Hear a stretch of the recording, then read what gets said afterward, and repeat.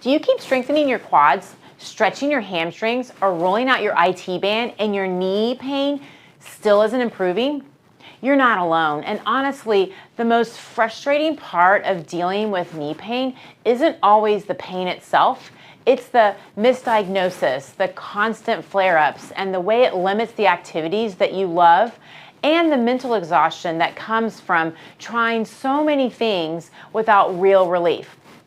And for many people, this happens way earlier in their life than they ever expected, which makes the whole experience ever more mentally and physically draining.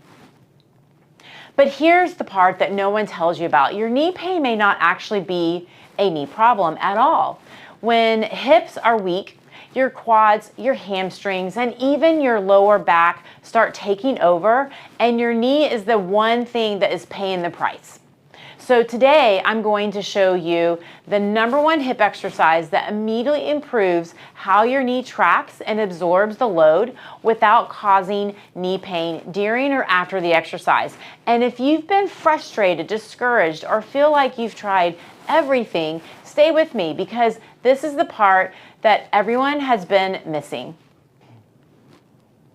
So why is hip strengthening so important for knee control? I'm going to kind of explain it. When we have, if you look at like this is our leg bone here, our kneecap glides over here and our hip muscles attach over here. If there is weakness in those hip muscles, it allows that leg bone to rotate. And so when that happens, that knee will tend to want to kind of come in and it doesn't have a lot of knee control. And when that happens, you will have a lot of like pressure in different areas of the knee that it's not used to being. So you can have issues with tendons, with your joint itself, and it just doesn't hurt because it's not where the pressure points are designed to be. So that's why doing hip rotation type strengthening exercises is so key for knee control. Now, a lot of times when you have weakness in the hips, what ends up taking over is your quads. Your quads take over. Your hamstrings take over big time because your glutes can't fire. Your back will take over. And so these are all different areas that you'll feel things in, but they're not the areas that we need to feel it in. And when your quads take over, it ends up giving you more pressure on the front part of that knee that's in the front and through here. And when we see people with a lot of degenerative changes and a lot of knee pain, where they're told that they need to have a knee replacement and we do shockwave on them, guess what? It's that tibial plateau in the front that is giving so many people problems because they're so quad dominant. And when we can get that balance back in that joint, it makes everything feel a whole lot better. Now, we want to make sure that if you're exercising and you're feeling the knee pain, then you are not doing the exercise correctly. You're either not doing it correctly, it's too hard for you, we need to modify it in some way because the muscles are too weak to be able to tolerate it. Now, everything that we're doing is not really, there's not a lot of standing exercise. We have one that we're going to show you standing. None of these exercises should really bother the knee unless you, unless it's the pressure of the knee, but you can put pads underneath your knees for those types of things. Now, also, there's other structures that can create knee pain. So this is just one of the things. The strengthening is just one of the things. There is back issues that can create knee pain. We see stuff like that all the time. You can have a lack of mobility in your hip that creates knee pain. You can have actual muscles, degenerative changes around the knee that can create knee pain. You can have what we call knee derangements where the fat pads in the front of the knee just kind of get displaced, and that will mimic like a meniscal tear, but it's very different. Usually when we see this all the time, mostly when people are over 40. And you can do immobilization to improve that, but that's not what we're going to talk about today. We're going to talk about just specifically looking at hip strengthening. But I wanted to put that in there because there are other things that we look at when someone has knee pain, because it's not just as simple as, oh, let's just go strengthen it. So the first exercise that we are going to do is a great one. It's going to hit that glute med. That glute med muscle up and through here is the muscle that really helps with that knee control. It's really probably the most important one. All of them are important, but it's one that we really need to work on because we've got to be able to control that rotation in that knee. And that glute med is one of the major ones that does that. So this exercise we call the fire hydrant. Now, when you do it, you're going to be on your hands and knees. I like to take the leg up first and then rotate. And then what I want you to do is when you rotate, I want you to hold it, because the holding is really going to help you feel that muscle. We want to fire it and we want to fatigue it. We want you to feel what it feels like to get those muscles in that outside of that hip to start firing. And you know, most of the time, these are the muscles that we want to use all the time. So we want to use it in an endurance way. And a lot of times when you can't feel it, or you're just starting to get these muscles to fire again, holding is a really good option to like feel that slow burn. So again, hands on the knees, you bring the leg up and then you rotate it out, and then you're just going to hold it. Hold that position. That's going to make you really feel it low, like in through those hip rotators, which is what we really want, that glute med. So that's one of the exercises that you can do. The next exercise is very similar. When you do this exercise, you're going to be on your hands and knees. And again, if the knees are giving you problems because it's just you need pressure, you can get like a pad to put underneath your knees and that'll work just fine. So on this one, you're going to again squeeze the glute to come up.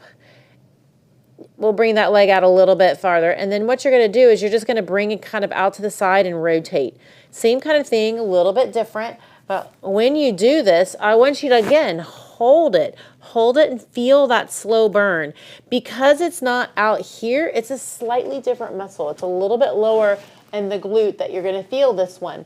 But they're just as important. So again, go squeeze the glute, bring the leg up. Doesn't have to be, I don't want it all the way straight, and I don't want it all the way bent, just slightly bent. And then you're going to bring it to the side and kind of rotate that leg out. And you're just going to hold that position. You're going to feel that burn, and it's probably going to start cramping. You're probably even going to feel it on the other side because you're having to hold your side up, which is great because you're doing a little bit on both sides. But again, it's another great exercise. With both of these exercises, I would hold them for a good 5-10 seconds and do 10 of them. Start out that way to really get those muscles firing.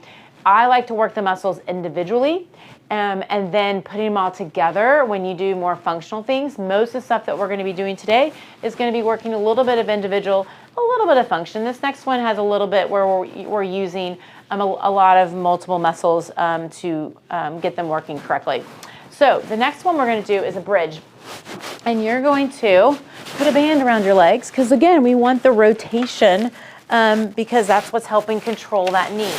So, again, what you're going to do, I want you to really squeeze the glutes. I want you to pull the legs apart here as you come up and really squeeze those glutes. When you squeeze those glutes, your legs are naturally going to rotate apart. Again, holding this 5-10 seconds. We should really feel it down low and through here. Working again a little bit on the hip extensors, but also on those hip rotators. That's when you have those legs out a little bit. It's really going to help you fire those glutes, feel those glutes a little bit more. The band's going to help you feel that a little bit more. Again, holding 5 to 10 seconds. And I would probably do 10 of these. You're going to start cramping. You're going to feel these. It's great. We've got to get these muscles stronger in order for those knees to feel a little bit better. So that is the next exercise. We have 2 more to go. So the next one we're going to do is clamshell. But when I do these clamshells, you can do them a lot of different ways. You can do them with your body straight. That works a little bit different. Gets a little bit lower. I like to bring the feet up. The reason why I like to bring the feet up is because a lot of times when people do clams, they're going to be rolling backwards on their back. Bring the feet up. It's really hard to roll backwards so that you really get those muscles firing. So if you do clamshells this way, you're going to feel it a little bit lower. I would do the same thing. I would take it and I would kind of hold it there for a little bit, get it, feel it, and then come back down. Do the same thing, 5 to 10 seconds, hold, really working on endurance. If you come and bring it in the front, you're going to feel a little bit different. It's going to be a little bit higher up. Again, you're still going to be working on those muscles. Still works great. Still going to feel those hip rotators. It just hits a slightly different muscle. So you can do those either way. Works both. Really, really good exercise to work on to build up that strength to help with that knee control. Okay, so here's the 5th one. It's a standing one. It's really good. You can either use a bolster like this, or you can use like a ball that you can press up against. So what you're gonna do is you're gonna put the bolster up against the wall or the ball, same kind of thing, and I want you to push that knee. You're pushing the knee into the bolster so we can start activating these glutes a little bit. So you just literally like, you want your stance to be a little bit farther apart, because if you're close to here, you're not gonna be able to push into it. So bring that back foot a little bit further out. You'll push into the bolster, and then you're just gonna lean forward and come back up. Squeeze the glute as you come forward and then come back up. This will start working, again, a little bit more on that lateral glute as you come and do this. And it's working on a little bit of, with our foot on the ground, getting our muscles to fire the way they're supposed to be firing without us having to move our knee up and down. So you're working on a lot of the muscles that are going to help you with stair climbing and walking and those kind of things, but without having our knee to have to like bend with a lot of a load. So it's a beginning phase of like us being able to squat down and come back up. Now, if you feel any pinching or you feel any pain in the knee or underneath the kneecap, you need to stop. They're either too hard for you, or we need to modify them for you, or you're not doing them correctly. So you need to stop for that, and then we can modify. There's a lot of ways that we can modify. We can modify by not doing as much range of motion. We can modify by not holding as long. We can modify by not doing as many reps, or sometimes we have to completely do different exercises. But it's all based on your tolerance and where you're feeling it. If you also feel it more in your quads and your hamstrings, again, you're not doing these right, because we really should be feeling these in our glutes. And the stronger that we can get those glutes and those hip rotators to work, the more support that it's going to give on your knees. Hip weakness is one of the biggest missing links in solving knee pain. And when you train the right muscles the right way, your knees can finally start feeling better again. If you want a more step-by-step approach in helping solving your knee pain or hip pain, click on the link below to schedule a free discovery visit at Empower Physical Therapy. Or comment knee, and I'll send you my go-to guide for strengthening safely without flare-ups. And don't forget, if this was helpful, hit the like, subscribe, and share it with someone who has been struggling with knee pain for way too long.